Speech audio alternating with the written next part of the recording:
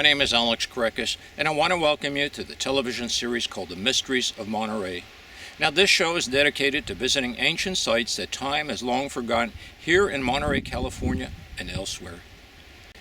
Well, today I'll be trekking in a place called Carmel Bay, searching for signs of ancient life. Now, this bay is approximately 4 miles in length, with a northern boundary from a location called Carmel Point to a southward access at a place called Cypress Point. Now, the fascinating thing about this bay is that there are two freshwater sources flowing into the Pacific Ocean. They are the Carmel River and San Jose Creek. Now, a significant aspect when searching for signs of ancient life is to find a freshwater source adjacent to a food source. So as you can tell, this bay was a good location to sustain life. Now, we have 3 clues that will tell us that ancient life once existed here.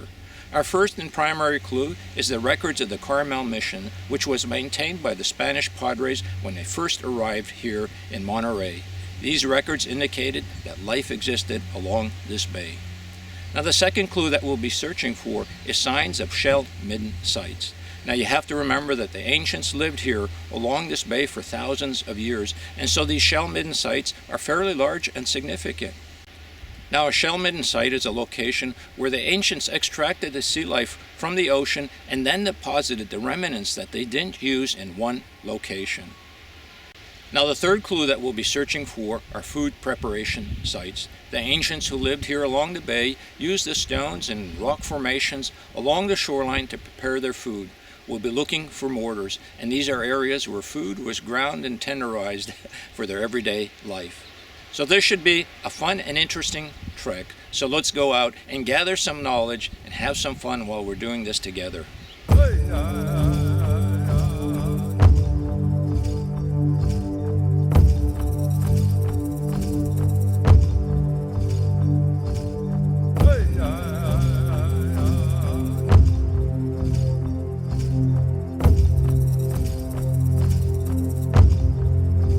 Well, friends, I'm here in Carmel Bay, continuing to explore its wonders.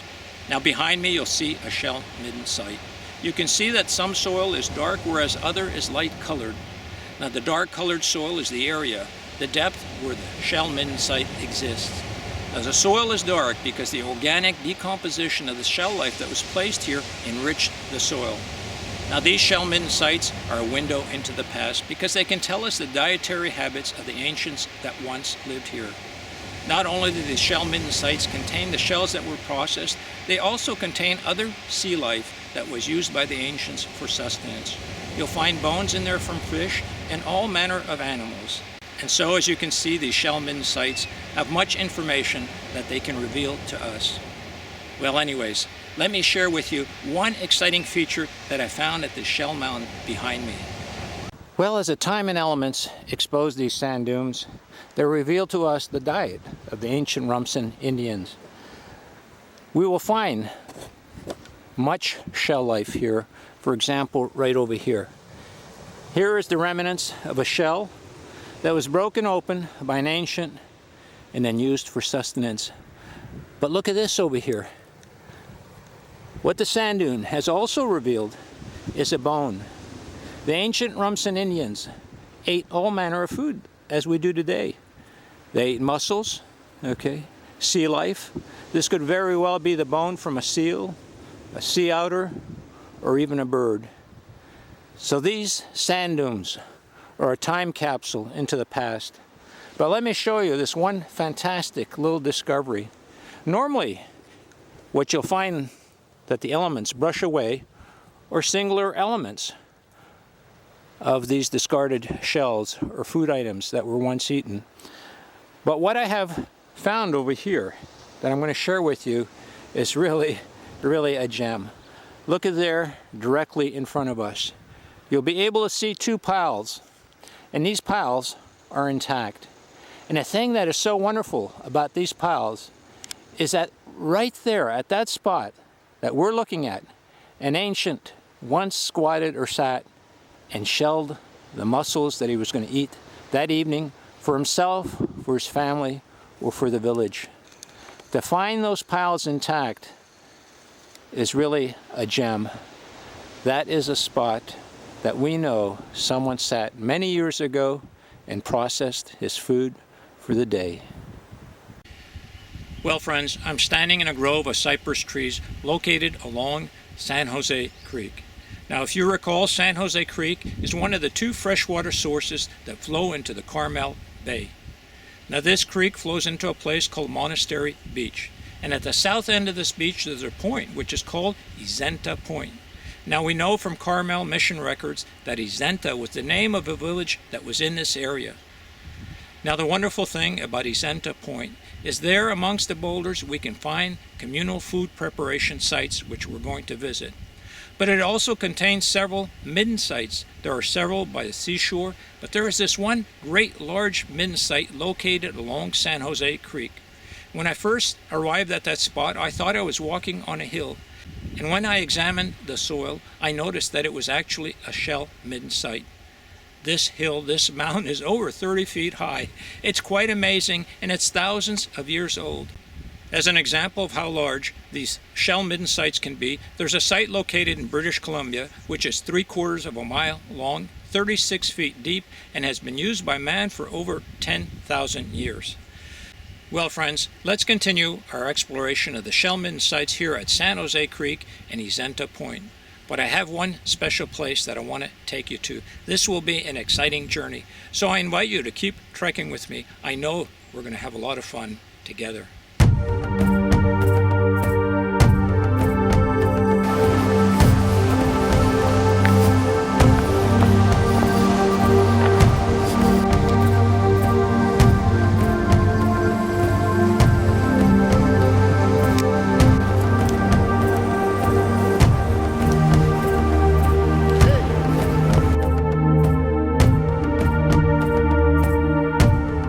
Well, I want to show you the ground here just above the abalone shells.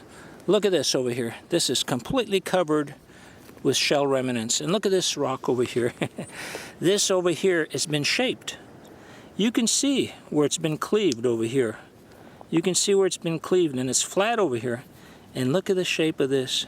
Look at the shape. This could very well be a piece that was shaped to be a spear. The tip is broken here, but it certainly has the configuration of a spear. But one of the things I want to point out to you about these midden sites, look at this over here. We're essentially, let's say, a little cliff face over here. And you can see the layer of earth over here. Okay, right over here becomes darker. There's shells here, there's shells here, and there's shells here, higher up. So we have a strata formation.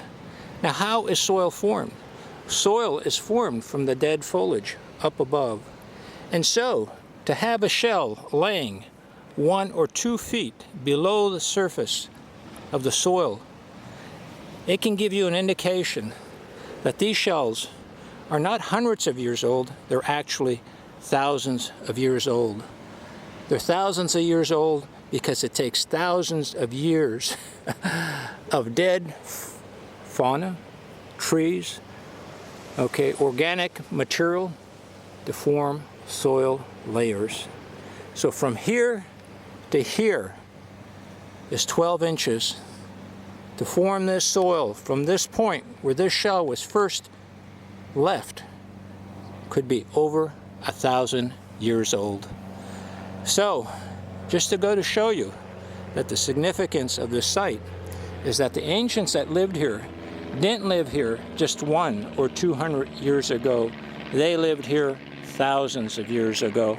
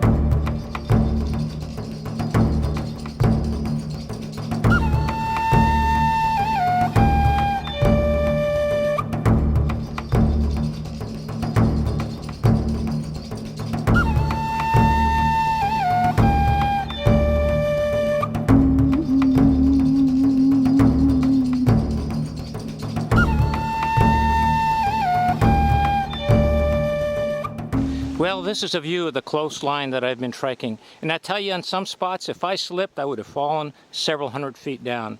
So it's precipitous, and it's not for the light of heart. So anyways, let me show you this spot right over here. There's a cliff face right over here, but look at this mound over here. This mound over here is completely covered with shells. Look at this, okay? I mean, these shells are 10, 20 feet deep. So this site over here was used by the ancients for hundreds and hundreds of years. But let me show you something. See that black over there? That black is from smoke, because it was at this site, at the top of this site, where they cooked, okay, the abalone, the mussels, and the shells. Now for sure, they processed some raw, but over here, you'll be able to see where they actually processed them. Okay, look at this. Okay, we're coming up here. We're going to crest this hill, and you will not believe what I saw when I crested this hill. Look at that. Oh my God, look at that.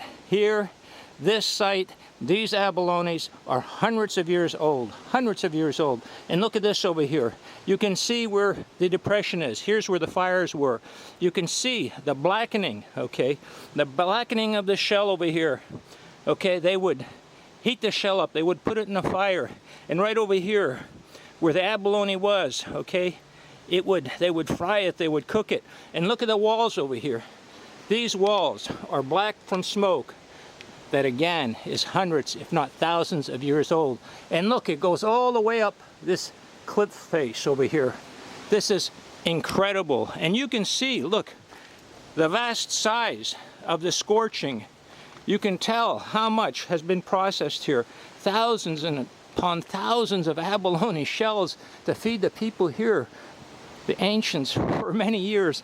And look, laying there, this is the site where the last processing took place.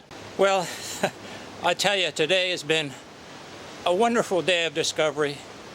In many ways, I'm completely surprised. When I go on these treks, I have actually no idea of what I will encounter. And so when I do find something, it is such a joy. And I hope you've enjoyed this trek with me.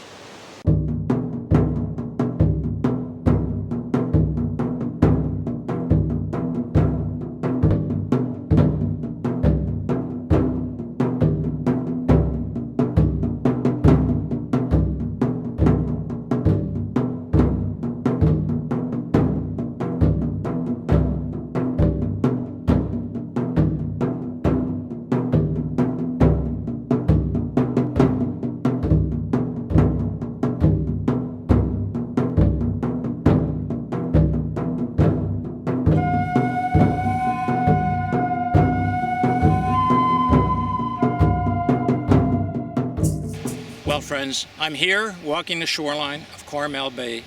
It's about an hour before sunset, and I tell you what, I've been here hundreds of times, and each time is just as exciting as the first time. This place is like heaven on earth, and I can understand why the ancients lived here for thousands of years. Well, today, as I was walking this shoreline, I made a fabulous discovery that I'm going to share with you.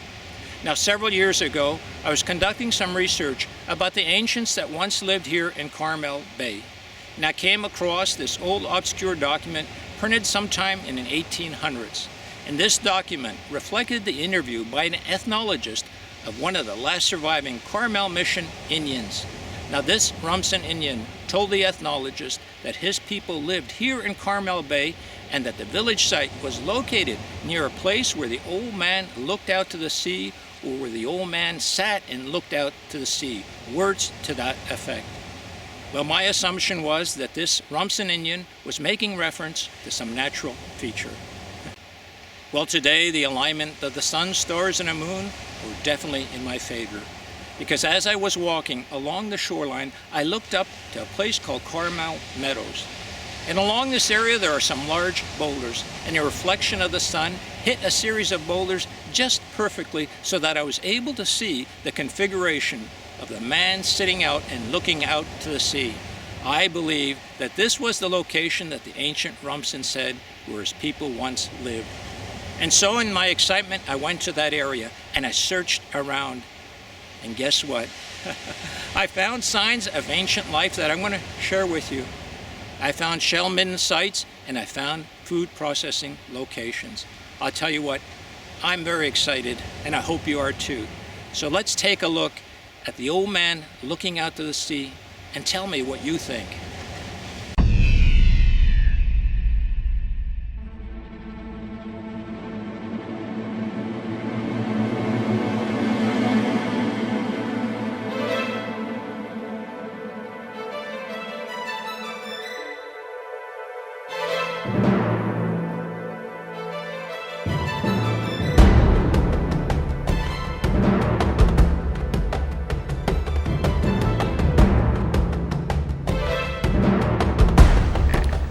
I'll tell you, this was wonderful. To me, the image that we just saw looked like a man sitting down looking out to the sea. And depending on where you're standing, you can actually see a head, and this head looks like an old man staring out to the sea.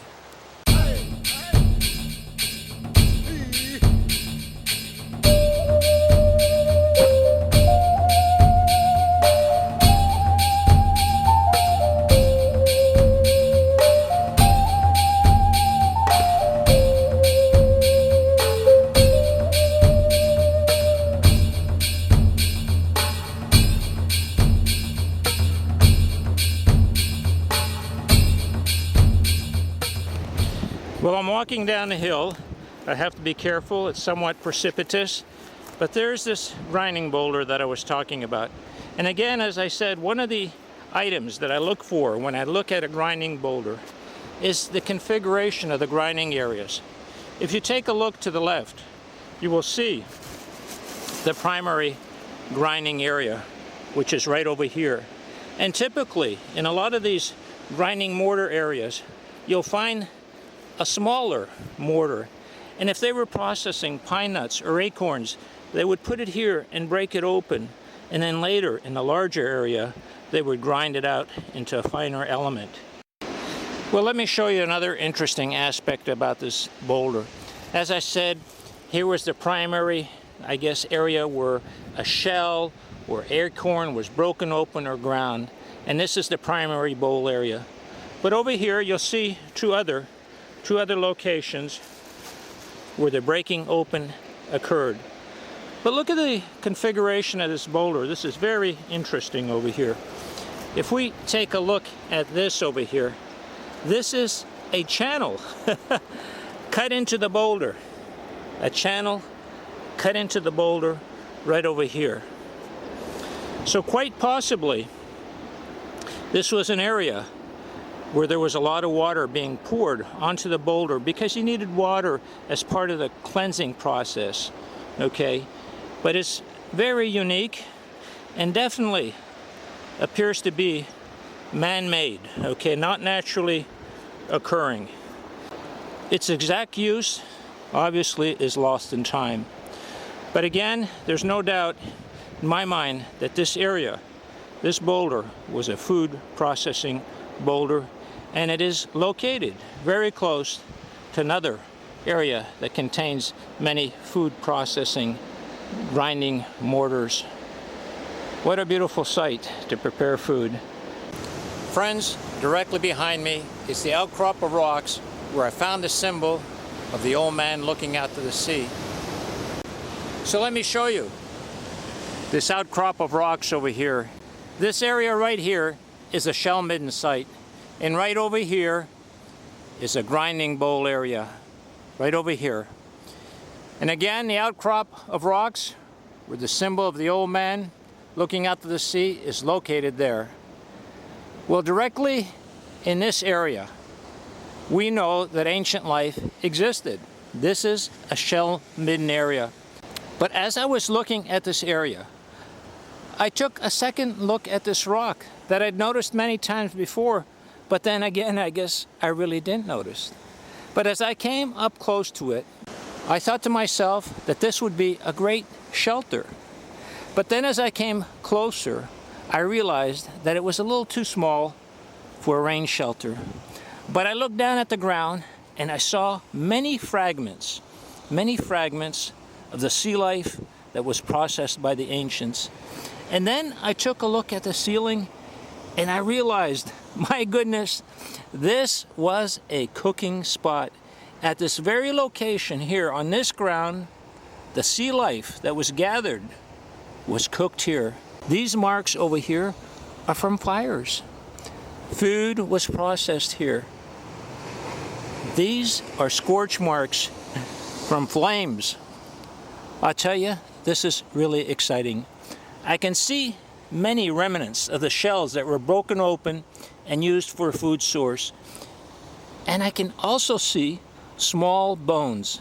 As I said, all manner of life was used to sustain the ancients that lived in this area. You know, some people might say, well, what is so exciting about finding scorch marks under a boulder? Well, the thing that I find fascinating is that for many years I walked this area, and I really was oblivious to any signs of ancient life. But once I started noticing that this area was inhabited by people thousands of years ago, many of the things that I simply passed by revealed themselves to me as something significant. And this happens to many of us in our lives. We're so busy and consumed with the present, we really don't stop to smell the roses or to really examine what is around us. And that's what I find so fascinating, that in all the years I never noticed something that was laying right here at my feet. Yes, this journey is certainly a revelation to me, and I hope that we can learn something from all of this.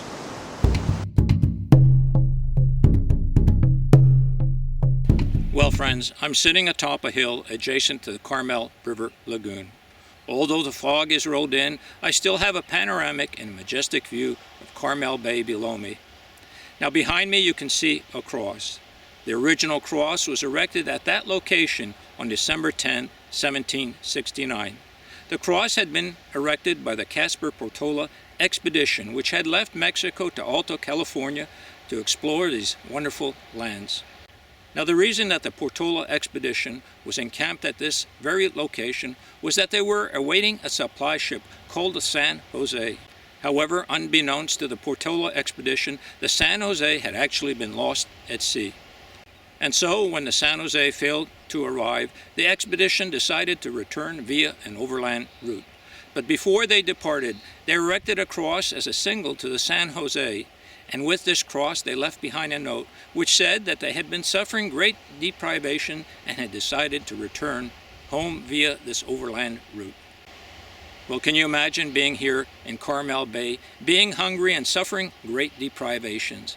This bay had sustained the natives here for thousands of years. Well, I believe the Spanish were suffering great deprivations because they were too modern for the area that they were exploring. In other words, they had lost their ability to live off the land. And so, my friends, as I visit this site, I'm not only reminded of the predicament that the Casper-Portola expedition faced as they were encamped here awaiting a supply ship. I ask myself that if I am a modern man today, would I be able to survive, live off the land at this very spot if I need be? I'm not sure that I could, and perhaps I'm in the same predicament that Casper-Portola faced 300 years ago. Maybe not so much has changed.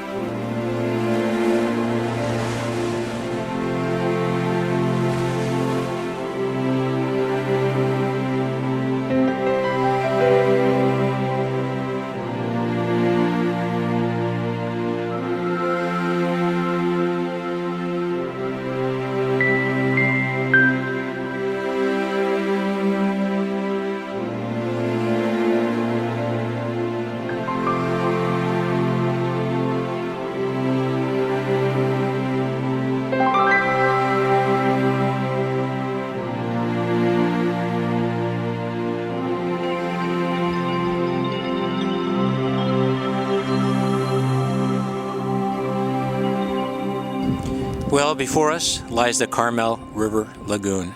This lagoon has sustained the ancients for thousands of years and is home to migratory birds from Canada in the northern parts of the United States.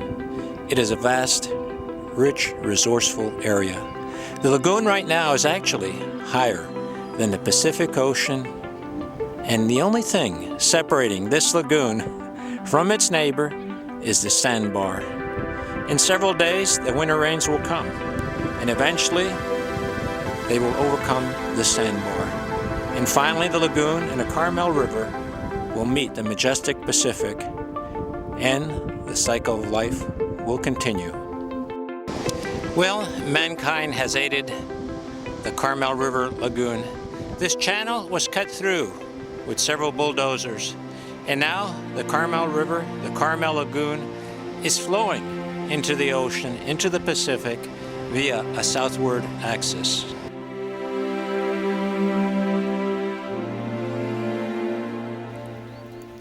Well, friends, several days ago a great rain fell here in the Carmel River area, and the waters rushing down from the Santa Lucia Mountains flushed out this lagoon into the ocean. And what it did is it revealed signs of ancient life. When the lagoon level waters lowered themselves, they revealed some grinding mortar areas. So anyways, let's go take a look at them. This is really exciting.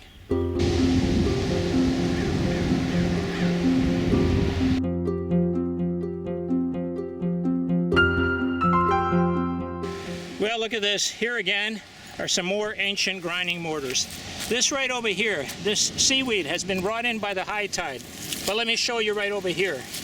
These are very smooth inside, very smooth inside. Around the edges, very smooth. And look at this, here, right here's another one. Look at this right here. And oh my goodness, here's another one. Look at this here. Let me clear this out. Now this is because of the high tide. Again, this is a fairly typical configuration that you'll find. Normally in grinding stone areas, you'll find a mortar, okay? Here's a mortar, a deep mortar right over here. And near the deep mortar, you'll find a smaller mortar area, a smaller cupule where the breaking open of the item that was going to be pounded next to the large one. So this is a fairly typical configuration. Look, here's another one directly to our front over here. Let me clear this out. This is really fantastic.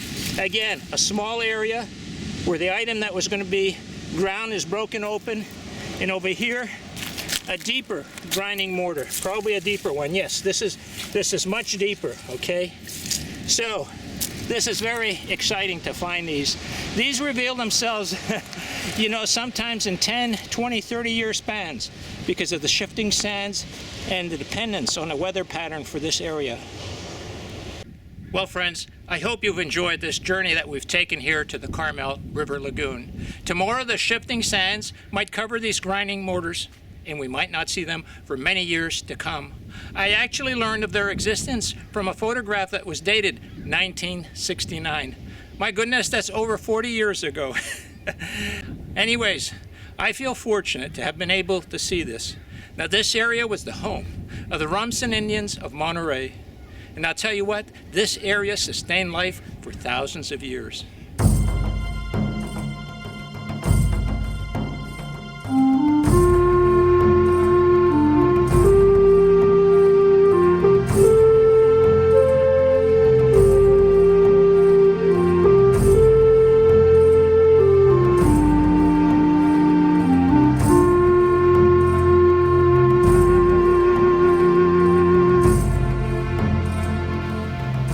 Well, friends, I've had a wonderful time here in Carmel Bay, and I hope that you've enjoyed this trek with me.